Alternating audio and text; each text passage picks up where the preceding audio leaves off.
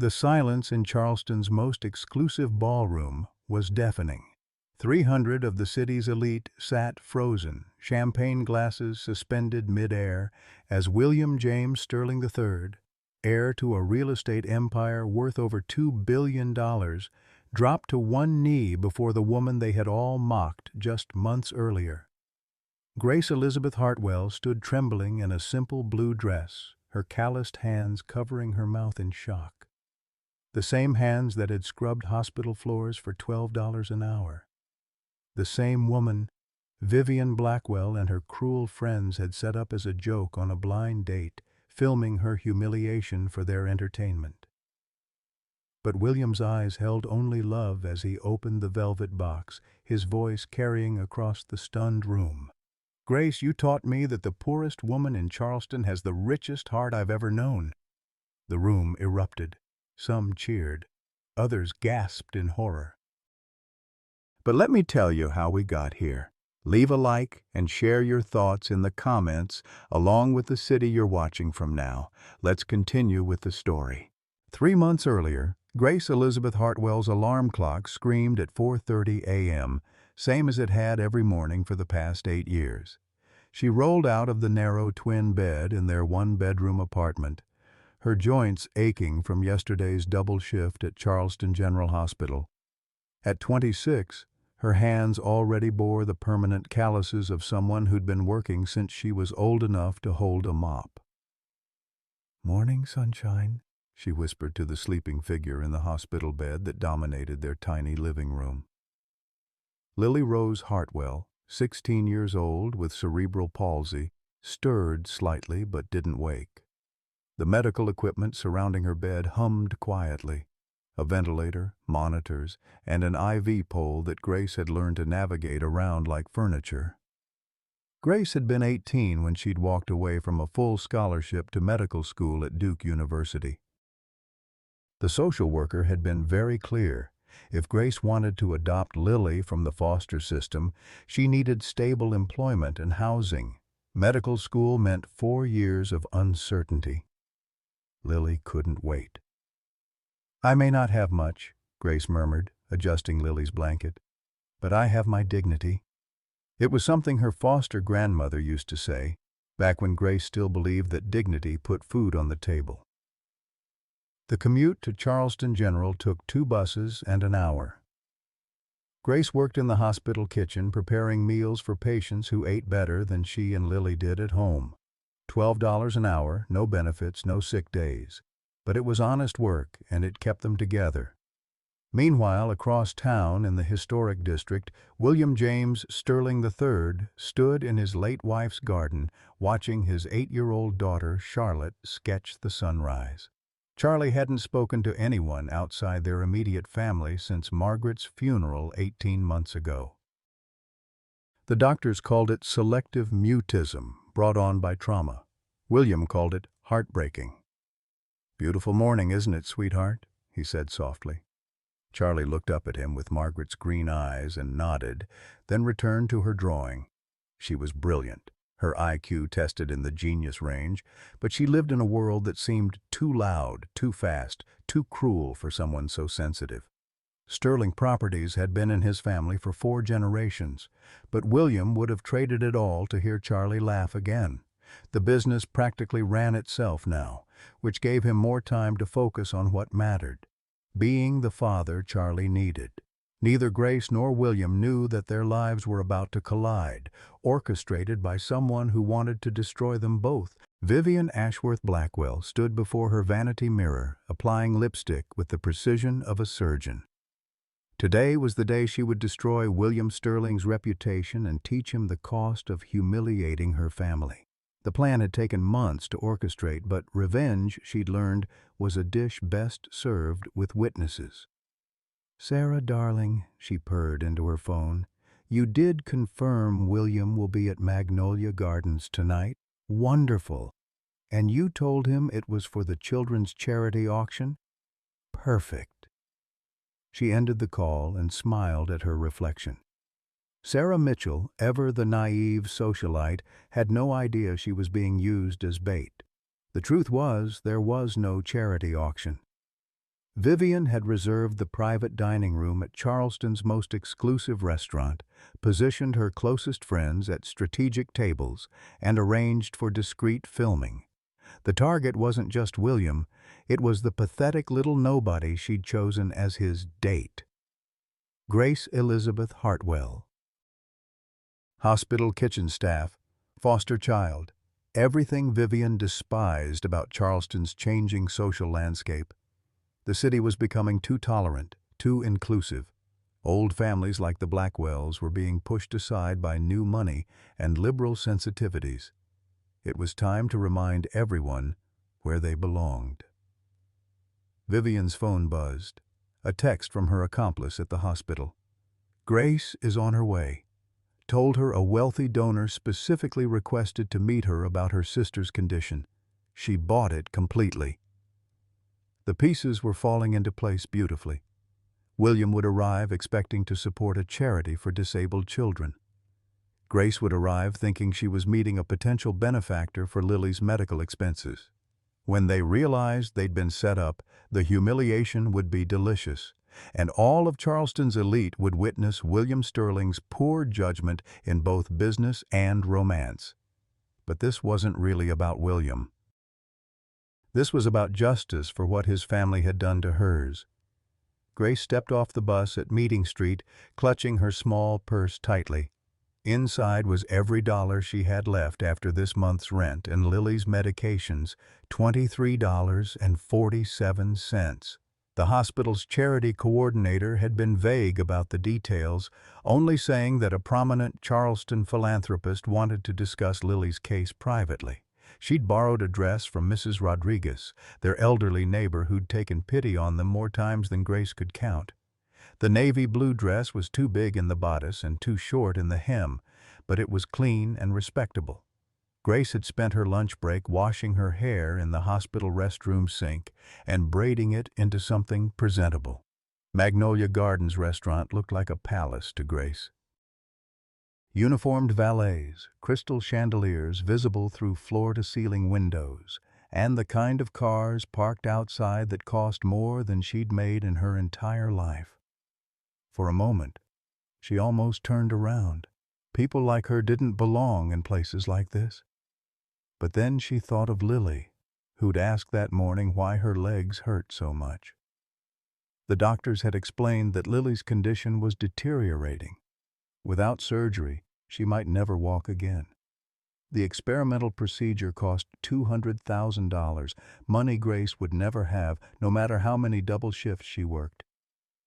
Family isn't always blood, Grace whispered to herself, repeating something her foster grandmother used to say. It's the people who never give up on you. Lily was her family. Grace would walk through fire for her, and if that meant enduring an awkward dinner with some rich philanthropist, so be it. Meanwhile, William Sterling sat in his study, staring at the charity auction invitation. Something felt off about the whole thing. Sarah Mitchell wasn't known for her organizational skills, and the invitation was surprisingly vague about details. But Margaret had always supported children's charities, and he'd promised to continue her legacy. Daddy? Charlie appeared in the doorway, clutching her sketch pad. Mrs. Henderson called. She can't babysit tonight. William's heart sank. Mrs. Henderson was their regular sitter, and finding a replacement on such short notice would be impossible. Charlie didn't do well with strangers, and he couldn't leave her alone. I'm sorry, sweetheart. I guess I'll have to cancel my dinner plans. Charlie tilted her head, studying him with those serious green eyes. The dinner for helping kids like me? William nodded, though he wasn't entirely sure that's what it was. Can I come with you? Charlie asked quietly. I promise I'll be good. It was highly irregular to bring a child to what was supposed to be a business dinner. But Charlie so rarely asked for anything, and she'd been making small progress with her selective mutism. Maybe a change of scenery would be good for her. All right, princess, but we'll need to leave if you get overwhelmed. Charlie smiled, a rare and precious sight, and ran to get her good dress. Neither Grace nor William realized they were walking into a trap. 6 of Vivian's closest friends were already positioned throughout the restaurant, phones ready to capture what promised to be Charleston's most entertaining social disaster in years. As Grace approached the hostess stand, her heart hammering, she had no idea that her entire life was about to change, or that the woman orchestrating her humiliation was someone who should have been protecting her instead. The hostess at Magnolia Gardens led Grace through the dining room with practiced elegance, past tables of well-dressed patrons who barely glanced up from their conversations. Grace's borrowed dress felt cheaper with every step, the fabric rough against her skin. She'd never been in a restaurant where the silverware alone probably cost more than her monthly grocery budget. "Right this way, Miss Hartwell," the hostess said warmly. "Your party is already seated." Grace's stomach dropped. Party. The charity coordinator had said she was meeting one person, a potential donor interested in Lily's case. As they approached a corner table near the windows, Grace saw a man standing beside his chair, and beside him a small girl with serious green eyes clutching a stuffed rabbit. The man was tall, probably mid-30s, with dark hair and kind eyes that looked tired around the edges. He wore a simple navy blazer over khakis, expensive but not flashy. When he saw Grace approaching, he smiled, and something about that smile made her feel less out of place. "You must be Grace," he said, extending his hand. "I'm William Sterling, and this is my daughter, Charlotte." Grace shook his hand, confused. "I'm sorry, I think there's been some mistake. I was told I was meeting someone about my sister's medical situation." William's brow furrowed. "Medical situation? I was told this was a charity auction planning dinner for children with disabilities." He glanced around the restaurant. "Though I don't see any auction materials." The little girl, Charlotte, tugged on her father's sleeve. "Daddy, where is everybody else? You said there would be other people planning the auction." A cold realization washed over Grace. This wasn't about charity or medical donations. This was a setup. Someone had lied to both of them, and now they were both standing here looking foolish. Grace's cheeks burned with embarrassment as she noticed several well-dressed women at nearby tables glancing in their direction, phones discreetly positioned. "Oh my God," she whispered, recognizing the cruel laughter in their eyes. "Someone played us both." William followed her gaze and saw what she saw: the amateur photographers, the expectant faces, the woman at table 12 who was definitely filming them. His jaw tightened as understanding dawned. "Charlotte, sweetheart, I think we should—" "No," Grace said quietly, surprising herself. She looked down at Charlotte, who was staring up at her with those serious green eyes. The little girl looked fragile, uncertain, like she'd been through enough disappointment for one lifetime. "If we leave now, we let them win." William studied Grace's face. Despite the obvious setup, despite the humiliation of being tricked, she was thinking about protecting his daughter's feelings. Most people would have fled by now. "Are you sure?" he asked softly. Grace straightened her shoulders and managed a smile for Charlotte. "I'm sure. Besides, I haven't eaten anywhere this fancy since, well, never. And your daughter looks like she has excellent taste in stuffed animals." Charlotte's face lit up just slightly. "This is Rosie. She's a rabbit, but she's brave like a lion." "That's the best kind of rabbit," Grace said, settling into her chair. "The brave ones are always the most interesting." From across the room, Vivian Blackwell watched the interaction with growing irritation. This wasn't going according to plan. Grace was supposed to flee in embarrassment. William was supposed to be mortified by the obvious mismatch. Instead, they were sitting down together, and worse, Charlotte Sterling, who famously didn't talk to strangers, was actually engaging with this nobody. Vivian excused herself from her table and glided over, her smile razor-sharp. "William, what a lovely surprise to see you here." Her eyes swept over Grace dismissively. "And you must be the help?" The insult hung in the air like poison. Grace felt her face flush, but before she could respond, William's voice cut through the tension like steel. "Vivian," his tone was ice cold, "how kind of you to orchestrate this evening's entertainment. Though I have to say, your execution was sloppy. We figured out your little game rather quickly." Vivian's perfect composure slipped for just a moment. "I'm sure I don't know what you mean." "Don't you?" William stood slowly, his full height imposing. "The mysterious charity auction that doesn't exist? The convenient invitation through Sarah Mitchell? The photography crew you've positioned around the room?" He gestured toward the other tables, where several women quickly looked away. "Either you think I'm an idiot or you've become incredibly careless." Grace watched this exchange with growing unease. There was history here, personal animosity that went deeper than tonight's cruel joke. She started to stand, ready to make a graceful exit and spare everyone further awkwardness. But then Charlotte's small hand slipped into hers. "Please don't go," the little girl whispered. "People always leave when the grown-ups start fighting. But you feel different." Grace's heart cracked. This child had lost her mother and was now watching adults play cruel games around her. Grace knew what it felt like to be powerless in a world of arbitrary adult decisions. She squeezed Charlotte's hand gently. "I'm not going anywhere, sweetheart." Vivian's eyes narrowed as she watched this tender moment. Her plan was backfiring spectacularly. Not only were William and Grace not fleeing in humiliation, but they were bonding over her cruelty.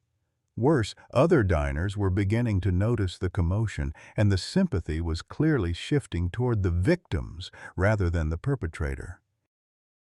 "Well," Vivian said, her voice dripping with false sweetness, "isn't this touching, the widower, his damaged daughter, and the charity case?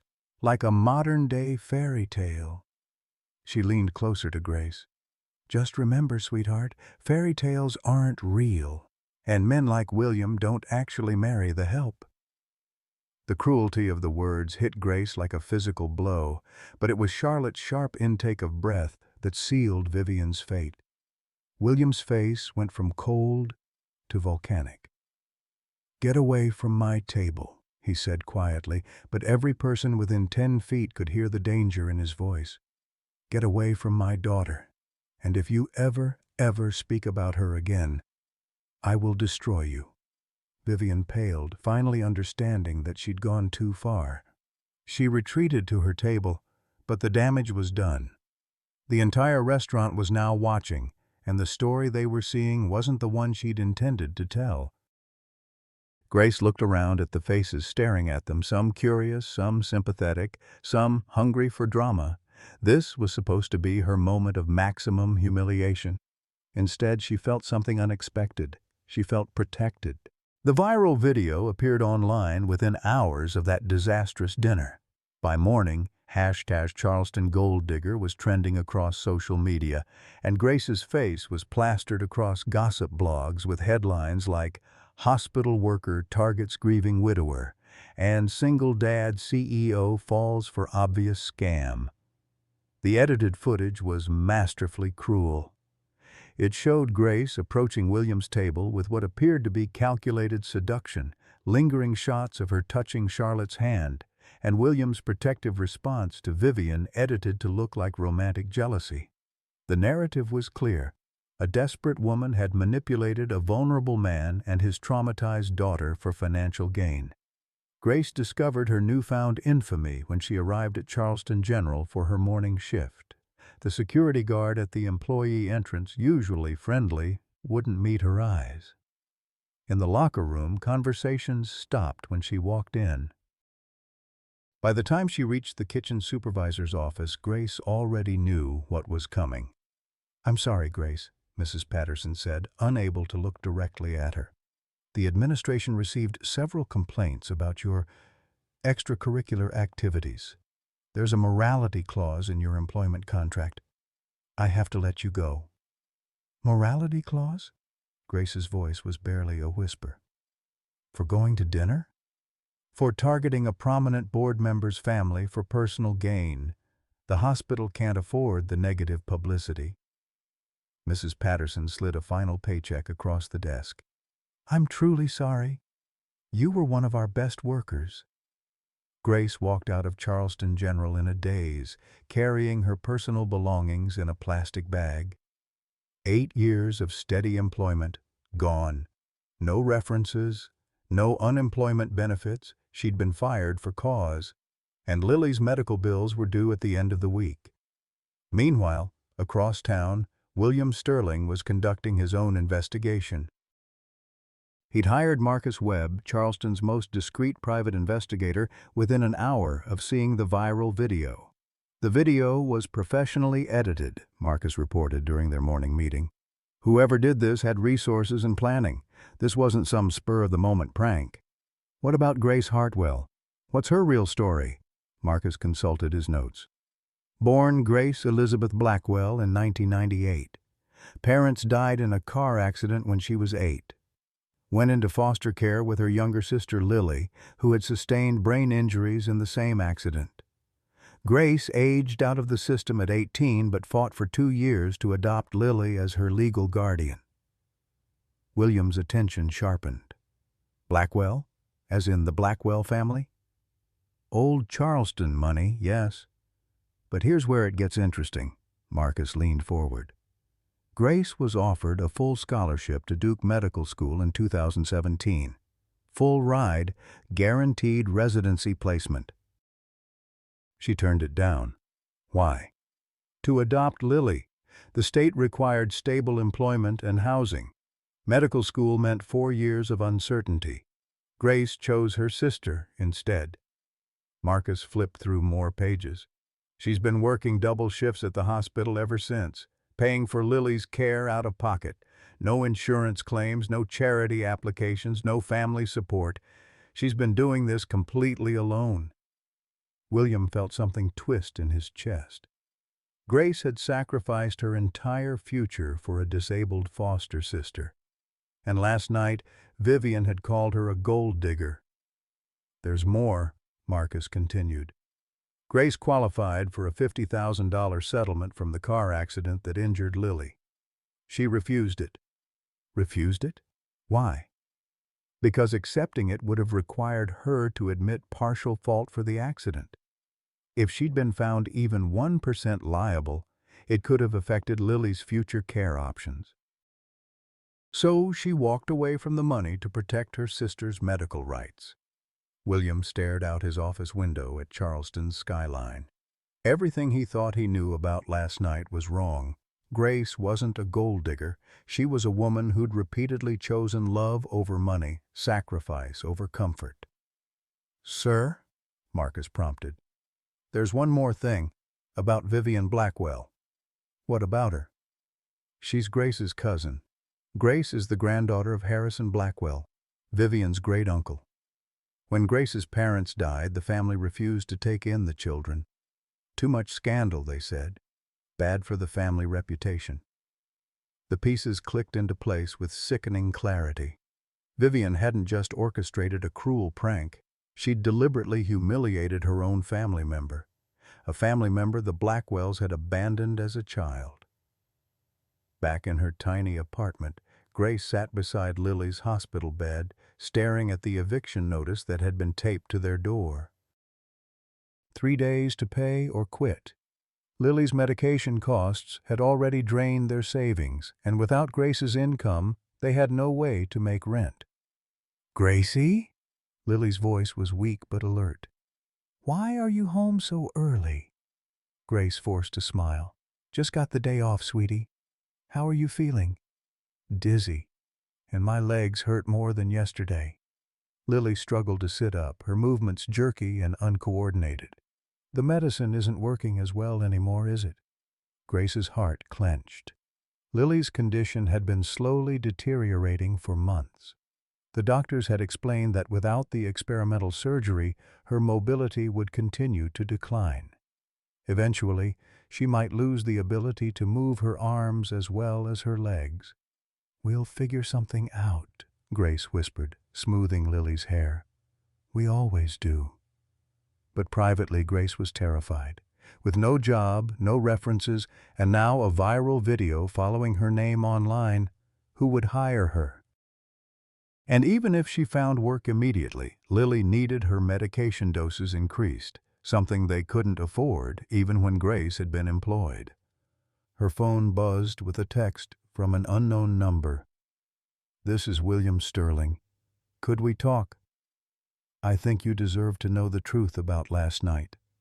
Grace stared at the message for a long time. Part of her wanted to ignore it, to disappear entirely from the orbit of Charleston's wealthy elite.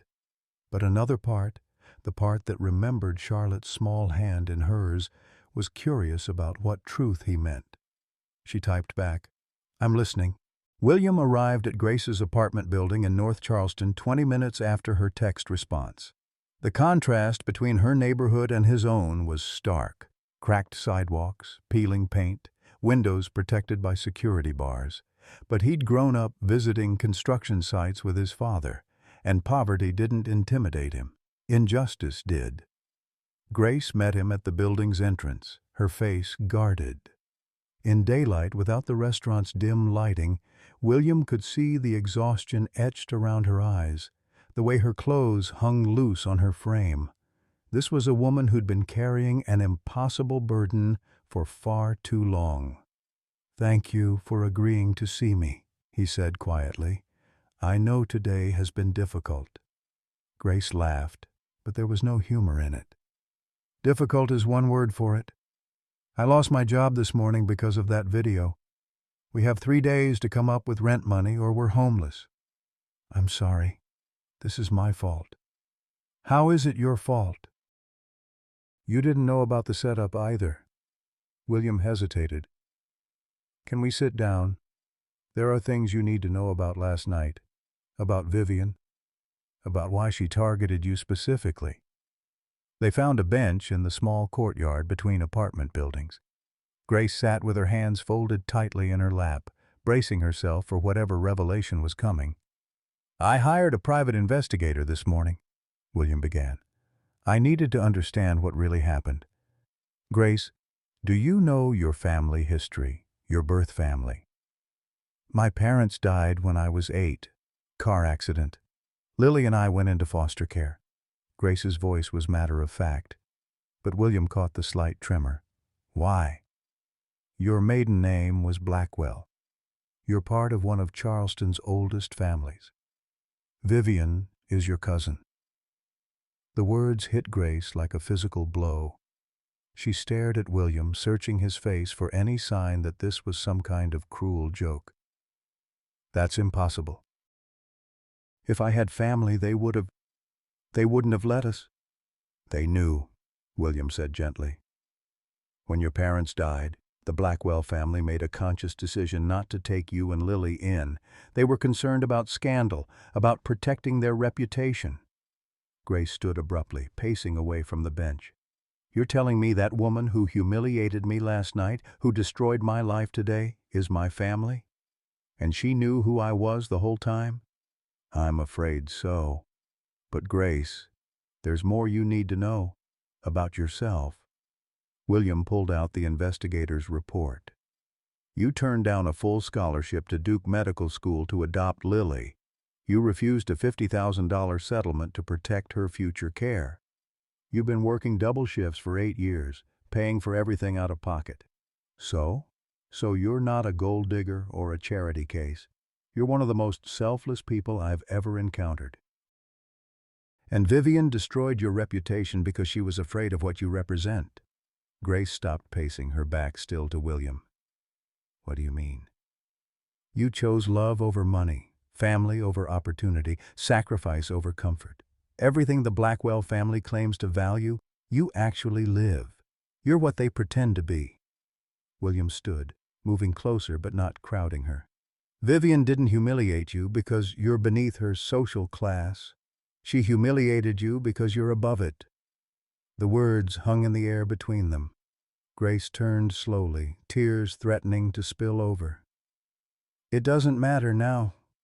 I still lost my job. Lily still needs her medication. We're still 3 days from being homeless.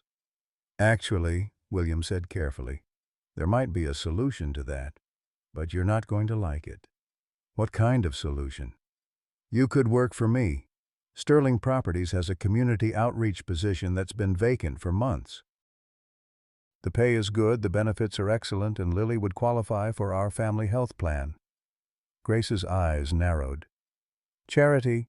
You're offering me charity? I'm offering you a job. There's a difference. Is there? You investigated my background, discovered I'm poor and desperate, and now you're conveniently offering me employment right after a viral video destroyed my reputation. Grace's voice rose. What makes you think I want to be another rich man's project? William flinched. That's not what this is. Isn't it? Poor girl, tragic circumstances, disabled sister. I must look like the perfect opportunity for you to feel good about yourself. Write a check, offer a job, maybe even get some good publicity out of it. CEO saves woman he met on blind date. The headlines write themselves. Grace, you're wrong. Am I? Then tell me something, William. If we hadn't been set up last night, if you'd never met me, would this job opening still exist? Would you still be here offering it to some random hospital worker?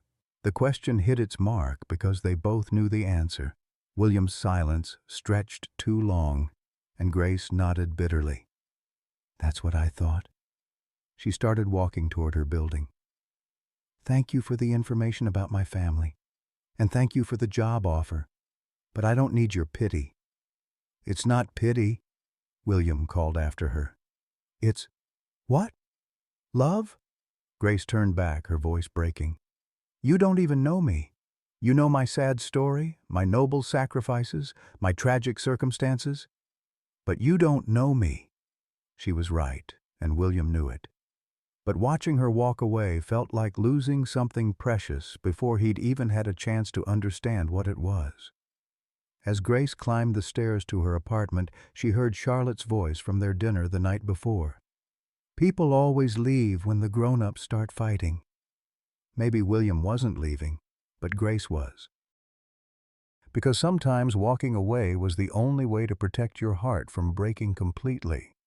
Inside the apartment, Lily was waiting with news that would change everything again. Grace found Lily sitting up in bed, her face flushed with fever and her breathing shallow. The medication bottles on the nightstand were nearly empty, 2 days' worth of pills remaining, maybe 3 if they stretched the doses. How long have you been feeling worse? Grace asked, pressing her hand to Lily's forehead. The fever was burning through her sister's thin frame. Since this morning. But Grace, I heard what happened on the news. They're saying terrible things about you. Lily's eyes were bright with fever and unshed tears. It's because of me, isn't it? If I wasn't sick, you wouldn't have gone to that dinner. You wouldn't be in trouble. Don't you dare think that, Grace said fiercely. Nothing about this is your fault. You hear me? Nothing. But privately, Grace was calculating. Lily's fever meant infection, possibly pneumonia. Without insurance, an emergency room visit would cost thousands they didn't have. The medication to fight off infection would cost hundreds more, and if Lily's condition continued to deteriorate. Grace's phone rang. The caller ID showed Charleston General Hospital. Miss Hartwell, this is Dr. Sarah Chen from the emergency department. We have your sister Lily here. Grace's blood turned to ice. What? No, Lily is right here with me. I'm sorry, I think there's been a mistake. Let me check the chart again. A pause. Grace Elizabeth Hartwell, guardian of Lily Rose Hartwell, age 16, cerebral palsy patient? Yes, but she's in our apartment. She didn't go anywhere. Miss Hartwell, your sister was brought in by ambulance 20 minutes ago. She collapsed at a physical therapy appointment. We've been trying to reach you. Grace looked at Lily, who was staring back at her with confusion. Then understanding hit like a freight train. What physical therapy appointment? Lily doesn't have physical therapy. We can't afford it. According to our records, Miss Hartwell has been receiving weekly physical therapy sessions for the past 2 months, paid for by an anonymous benefactor. The therapist found her unconscious and called 911. Grace's hands began to shake. Someone has been paying for Lily's therapy? Without telling me? Miss Hartwell, I need you to come to the hospital immediately. Your sister is in critical condition. Her brain swelling has increased significantly, and we need to discuss surgical options. The phone slipped from Grace's numb fingers. Lily reached for her hand, her own trembling with fever and fear. Grace, what's wrong? What did they say? But Grace couldn't answer, because the Lily in the hospital bed wasn't the Lily sitting beside her, which meant someone had been arranging medical care for her sister behind her back. Someone who knew about Lily's condition, who had resources to pay for expensive treatments, and who had been watching them closely enough to coordinate secret appointments. Grace's mind raced through the possibilities, each one more terrifying than the last. Had someone kidnapped Lily and replaced her with what? It was impossible, insane.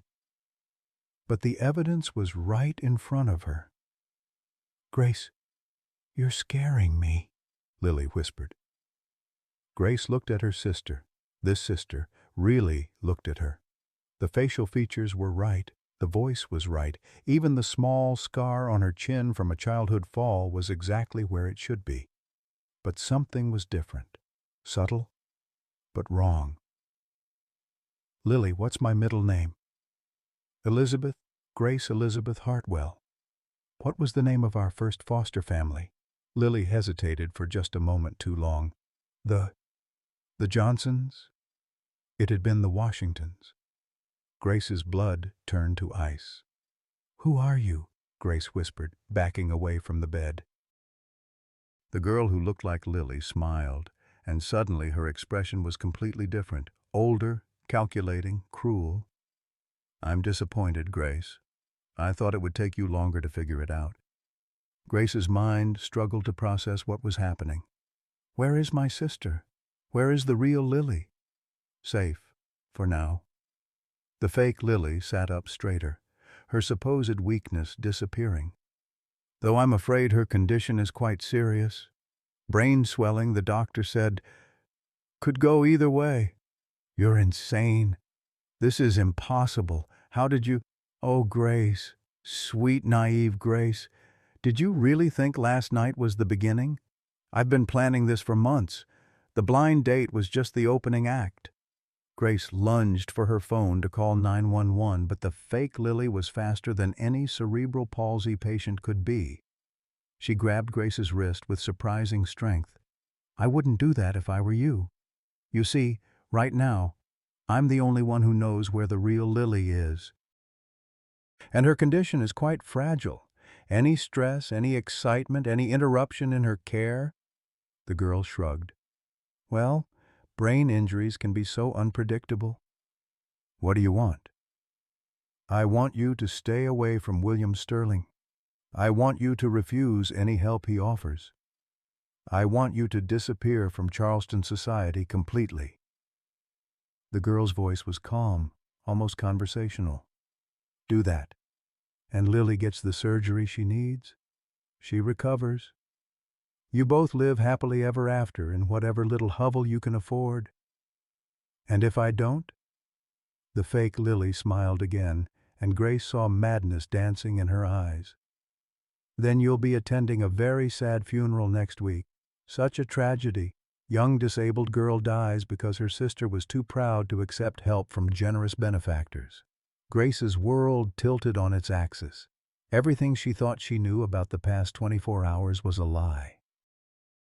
The viral video, the job loss, even this conversation, it was all part of some elaborate, twisted game. Why? Grace whispered. Why go this far? Because, dear cousin, some people are born to rule and others are born to serve. You forgot your place. I'm simply reminding you of it. Grace stared at the girl wearing her sister's face, and for the first time in her life, she understood what true evil looked like. Grace's mind reeled as the impossible truth crashed over her. The person in Lily's bed wasn't her sister at all. But before she could fully process this revelation, her phone rang again. William's name flashed on the screen. "Don't answer it," the imposter warned, but Grace was already swiping to accept the call. "Grace, thank God, I'm at Charleston General. There's been a terrible mistake about your sister. But I think I know what's really happening." "William, I can't talk right now." "Listen to me. The girl in the hospital isn't Lily. Her blood type is wrong. Her medical history doesn't match. And the DNA test I ordered came back negative. Someone is playing an elaborate game, and I think I know who." Grace's eyes locked with the fake Lily's. The girl's expression had shifted from cruel confidence to something approaching panic. "Where are you?" William continued. "I'm coming to get you. We need to find the real Lily before—" The fake Lily lunged for the phone, but Grace was ready this time. She rolled away from the bed, keeping the device pressed to her ear. "Grace, what's happening? I heard a struggle." "The person in my apartment isn't Lily," Grace said quickly. "She's been threatening me, saying she knows where my real sister is." "William, what if Lily is actually dying somewhere while this psychopath plays games?" Through the phone, Grace heard William's sharp intake of breath. "I'm tracking down the source of those anonymous medical payments. Grace, I need you to get out of there. Now, can you do that safely?" Grace looked at the imposter, who had abandoned all pretense of illness and was now standing beside the hospital bed with cold fury in her eyes. "I'm about to find out." "You stupid girl," the fake Lily hissed. "You have no idea what you're dealing with. The people behind this have resources you can't imagine. Money, influence, connections. They can make you disappear just like they made the real Lily disappear." "Who are they?" Grace demanded, still gripping the phone. "Who's paying you to do this?" "Family, dear cousin. The same family that threw you away like garbage when you were 8 years old. Did you really think they'd forgotten about you? Did you think they'd let you embarrass them in public without consequences?" Grace's blood chilled. "The Blackwells. This is about more than just Vivian's petty revenge." "Oh, Vivian," the imposter laughed bitterly. "Poor, stupid Vivian thinks she's orchestrating this whole thing. She has no idea she's just another pawn. The family has been watching you for years, Grace, waiting for you to step out of line, to threaten their carefully constructed world." "What threat? I'm nobody. I work in a hospital kitchen. You're a Blackwell heir who chose love over money, family over status. You're living proof that their entire value system is corrupt. And now you've caught the attention of William Sterling, a man whose business decisions could destroy them completely if he chose to." Through the phone, Grace heard William's voice. "Grace, I'm in the parking lot. Building 4, apartment 2B? "Yes, but William, don't trust anyone else until I get there. And Grace, the medical records I pulled show that Lily has been receiving experimental treatment for the past 3 months. Someone with serious medical connections has been caring for her. This isn't random cruelty. It's a calculated operation." The fake Lily's eyes widened as she overheard William's words. For the first time, she looked genuinely afraid. "You don't understand," she said to Grace. "I'm not the enemy here. I'm just trying to survive, same as you. They told me if I didn't play this role perfectly, my own family would suffer. They have leverage on everyone." "What kind of leverage?" "My real name is Amanda Prescott. My brother owes the Blackwell family over $2 million in gambling debts. They offered to forgive the debt if I could convince you to stay away from William Sterling. If I fail," she swallowed hard, "they'll destroy my entire family." Grace stared at this girl who had just confessed to impersonating her dying sister. "Where is Lily? Where is she really?" "Blackwell Estate. The private medical wing they added last year. She's alive, Grace, but she's being held as insurance. The moment you stepped foot in that restaurant with William, they activated their contingency plan. Heavy footsteps echoed in the hallway outside. William's voice called through the door. "Grace, are you okay in there?" Amanda's face went pale. "If they see me here, if they know I told you the truth..." She grabbed Grace's arm desperately. "Please, I have a younger brother. He's only 14. I can't let them hurt him because I failed." Grace looked at this girl, barely out of her teens, terrified, caught in the same web of Blackwell manipulation that had destroyed Grace's own childhood. Despite everything, Grace felt a flicker of sympathy. "Help me get Lily back," Grace said quietly. "Help me end this, and I'll make sure your brother is safe." "You can't promise that. You don't have that kind of power."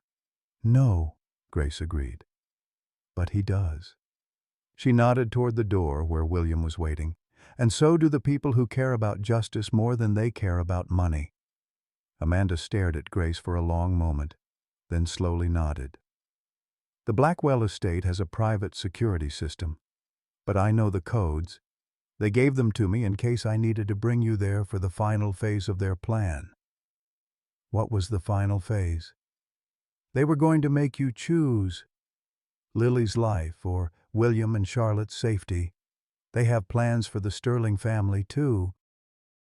"This was never just about humiliating you, Grace. This was about destroying anyone who threatens their control over Charleston." Grace opened the door to find William standing in the hallway, his face grim with determination. Behind him stood a man she didn't recognize, tall, serious, wearing the kind of suit that suggested federal authority. "Grace," William said, "I'd like you to meet Agent Marcus Webb, FBI."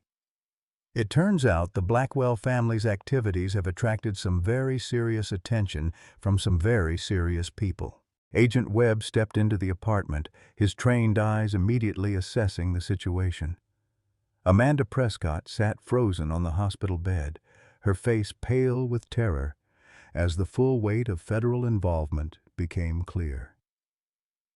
"Miss Hartwell," Agent Webb said to Grace, his voice calm but authoritative, "we've been investigating the Blackwell family's financial activities for 18 months.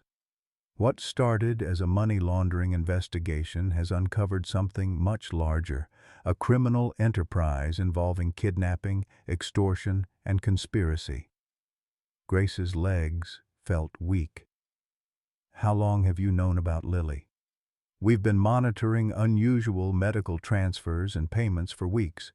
When a 16-year-old girl with cerebral palsy was moved to a private facility without proper documentation, it triggered our surveillance protocols." Webb turned to Amanda. "Miss Prescott, I assume we've been looking for you since yesterday." Amanda's voice came out as barely a whisper. "My brother. They said they'd hurt my brother if I didn't cooperate." "Your brother is safe," Webb assured her. "We moved him and your mother to protective custody this morning when we realized the scope of the Blackwell operation. They can't hurt your family anymore." William stepped closer to Grace, his presence steady and reassuring. "Grace, Agent Webb has been coordinating with Charleston PD and the medical examiner's office. The Blackwells aren't just guilty of kidnapping. They're responsible for at least 3 suspicious deaths over the past 5 years. People who threaten their business interests." "Deaths?"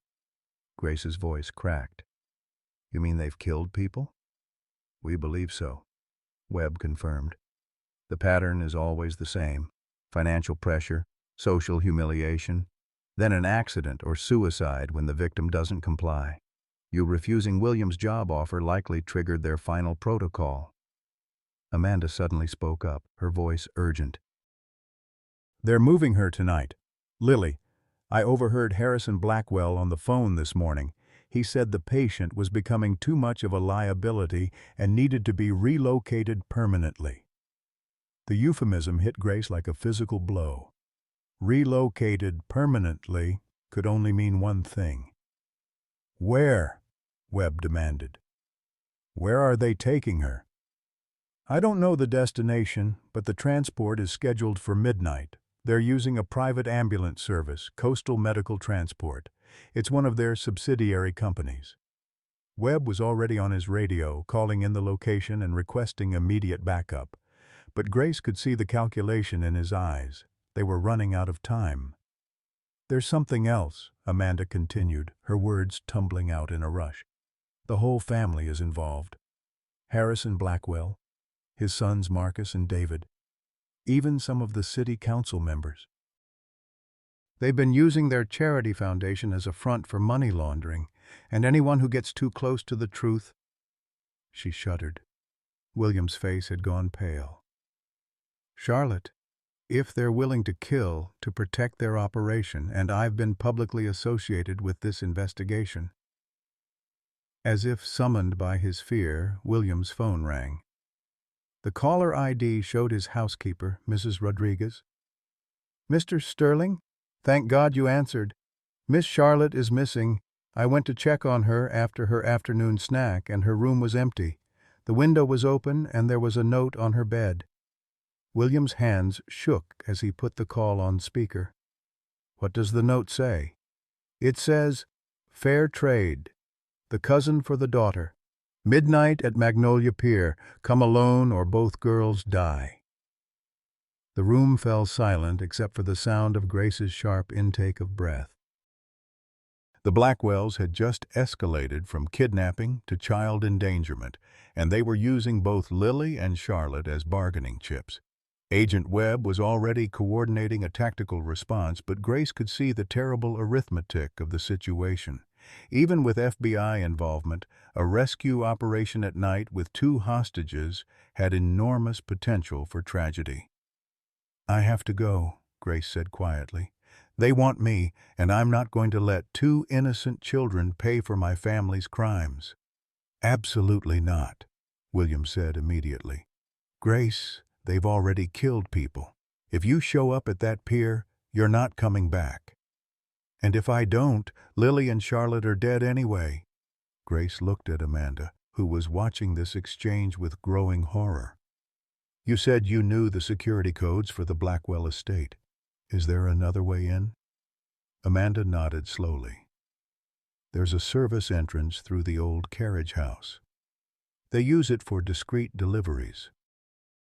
"But Grace, even if we could get in, we don't know where they're holding the girls. Then we find out." Grace turned to Agent Webb.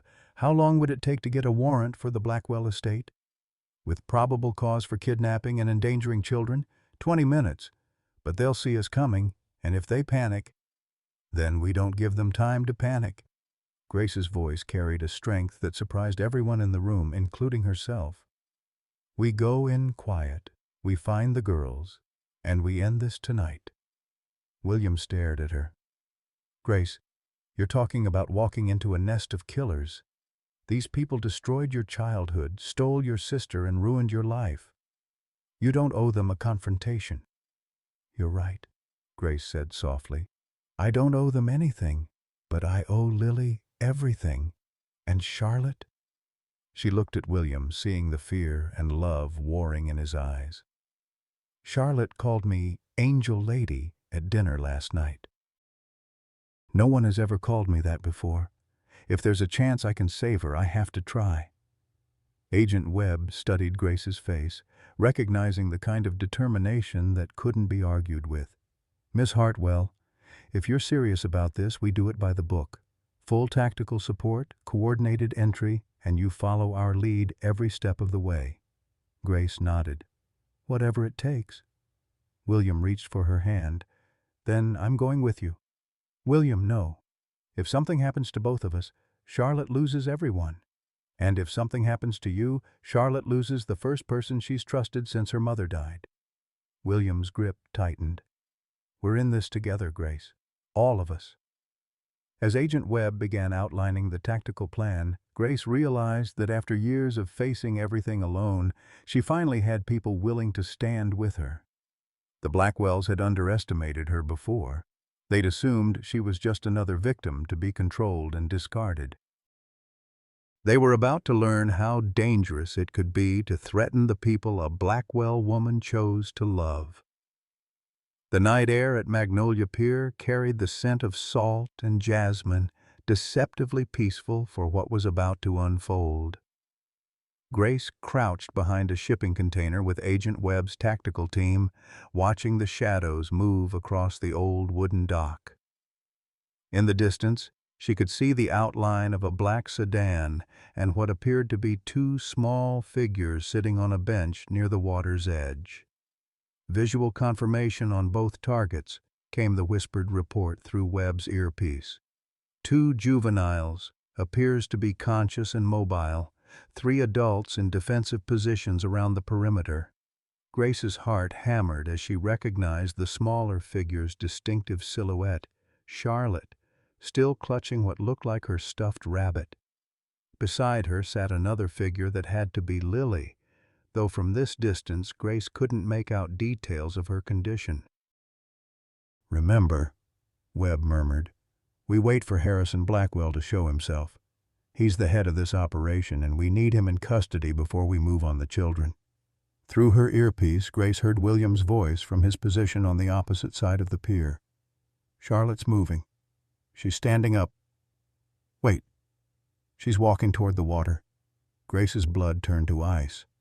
Charlotte's autism made her unpredictable under stress, and if she wandered toward the edge of the pier in the dark...